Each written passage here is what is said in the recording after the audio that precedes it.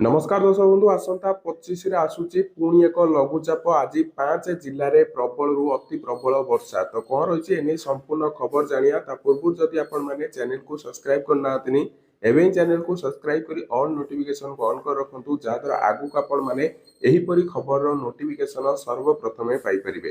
तेबे आसंता 25 तारिख रे उत्तर पश्चिम बंगोपसागर रे एक लघुचापर संभावना रही। एपटे उत्तर ओडिशा और संलग्नवर्ती गांगेय पश्चिमबंग उपरे एबे एक घूर्णिबलय सक्रिय रही। 27 तारिख सकाळ पर्यंत राज्यर विभिन्न जिले में प्रबल वर्षार संभावना रही। आज 5 जिले में प्रबल रु अति प्रबल वर्षा ऑरेंज अलर्ट जारी होईछि। एही जिला गुड़िक है केन्द्रापड़ा, जगतसिंहपुर, कटक, सुंदरगढ़ और झारसुगुड़ा। बाकी 25 जिले में प्रबल वर्षा सह बिजुली घड़घड़ी होबार संभावना नहीं येलो वार्निंग जारी करा जायछि।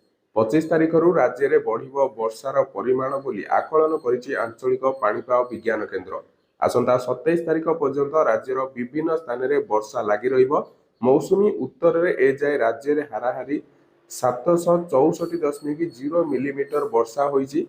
2टी जिले में अत्याधिक वर्षा और 21टी जिले में स्वाभाविक वर्षा रेकर्ड करा जायछि। बाकी 7टी जिले में नियंटिया वर्षा चिंतार कारण पलटिछि।